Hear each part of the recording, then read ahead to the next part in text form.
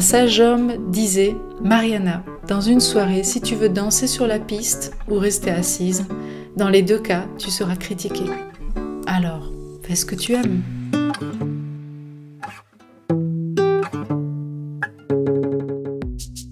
Parmi toutes les émotions, il y en a deux qui sont de véritables pièges, la honte et la culpabilité.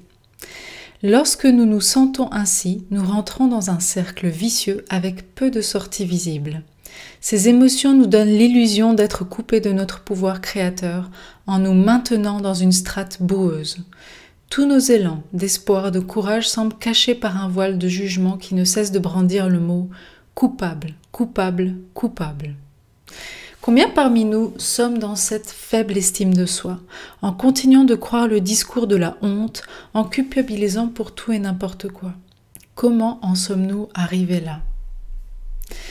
Nous allons découvrir 3 mécanismes qui tendent à maintenir une faible estime de soi.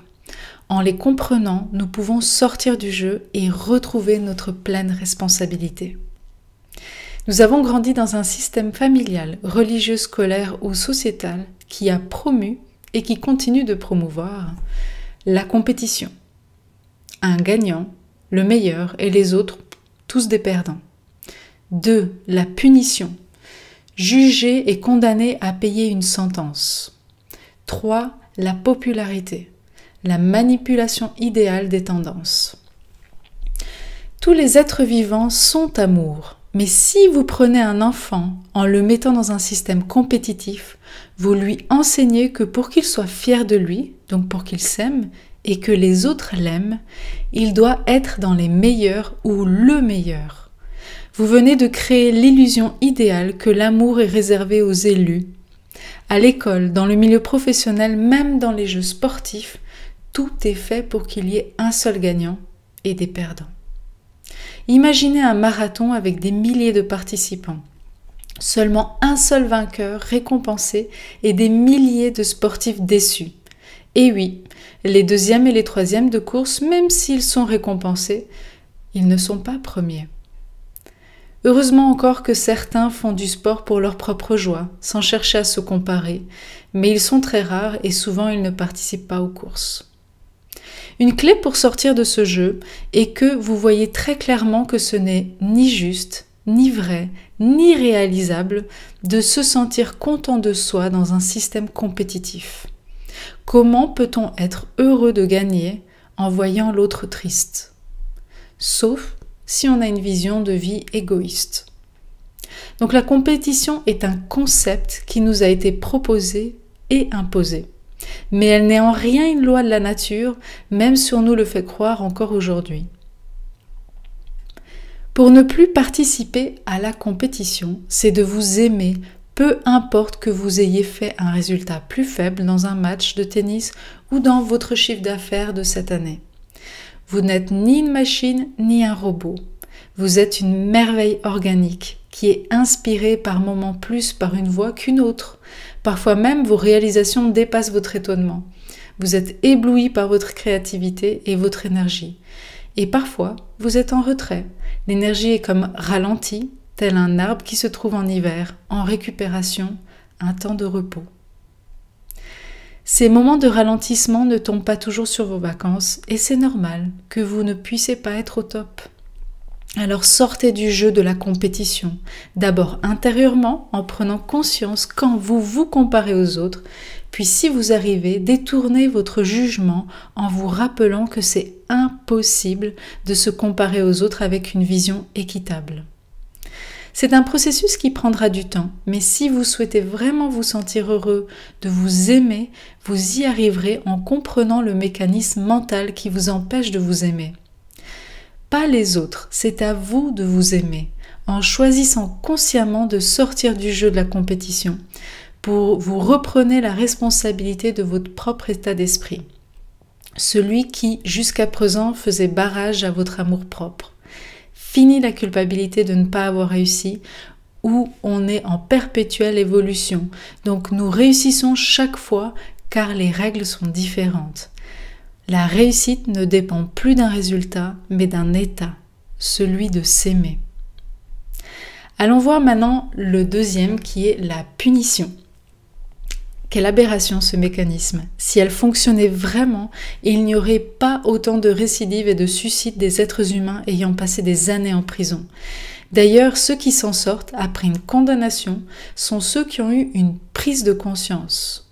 D'après leur témoignage, ce changement intérieur est venu par un accompagnement spirituel, émotionnel et ou psychologique, comme la communication non violente, des enseignements philosophiques, ou des méthodes de libération d'émotions. Donc ce n'est pas la punition qui les a transformés, mais l'amour et l'enseignement. L'être humain est si sensible que lorsqu'il a dévié, ce dont il a besoin, c'est un espace d'amour, d'accueil pour se retrouver, et non une tâche répétitive ou l'isolement qui n'ont aucun sens et qui ne feront qu'aggraver l'intensité émotionnelle. Dans les tribus Maasai, lorsqu'un membre a commis un acte s'éloignant de l'amour, il passe du temps avec les sages du village. Il est entouré et non exclu.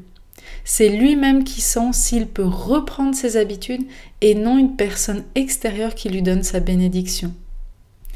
La punition nourrit la honte. Elle n'a aucune valeur pure, offrant à celui qui s'est égaré l'antidote du changement. La prise de conscience naît dans un esprit d'amour. Et que dire de notre propre punition intérieure? Quand on se blâme de nos actes, c'est une perte de temps qui ne sert à rien. Pour ne pas tourner en boucle, il est bon de dire stop à ce discours intérieur et de reprendre notre responsabilité. Par exemple, oui, là j'ai le sentiment que j'aurais pu mieux faire, mais à ce moment-là, ma réaction a pris le dessus, ou je ne savais pas les répercussions de mon acte. Maintenant, je vois encore plus clairement et je me demande d'être attentive la prochaine fois. Je suis contente d'avoir cette réalisation et je choisis de continuer d'avancer parce que je m'aime et je veux continuer de grandir. Aimons-nous, donnons-nous cet amour, même si nous ne l'avons pas appris à le faire. N'attendons pas que quelqu'un le fasse, c'est à nous de faire ce changement afin de pouvoir par la suite donner enfin à nos enfants un espace d'évolution sain. Pour terminer, il y a la popularité. C'est pas la célébrité qui ferait plutôt partie de la compétition. Ce que nous pouvons prendre conscience avec la popularité, ce sont toutes ces suggestions médiatiques qui créent des mouvements de masse vers une direction. Cela peut être une série télé, un régime alimentaire, une musique, un mode vestimentaire, un style de vie, une application, un sport, une manière de penser jusqu'à un choix de vie définitif. Peu importe de savoir si la popularité soit un acte prémédité ou un effet de masse spontané et innocent. Ce que nous observons est que si nous ne suivons pas la masse, nous sommes mis de côté.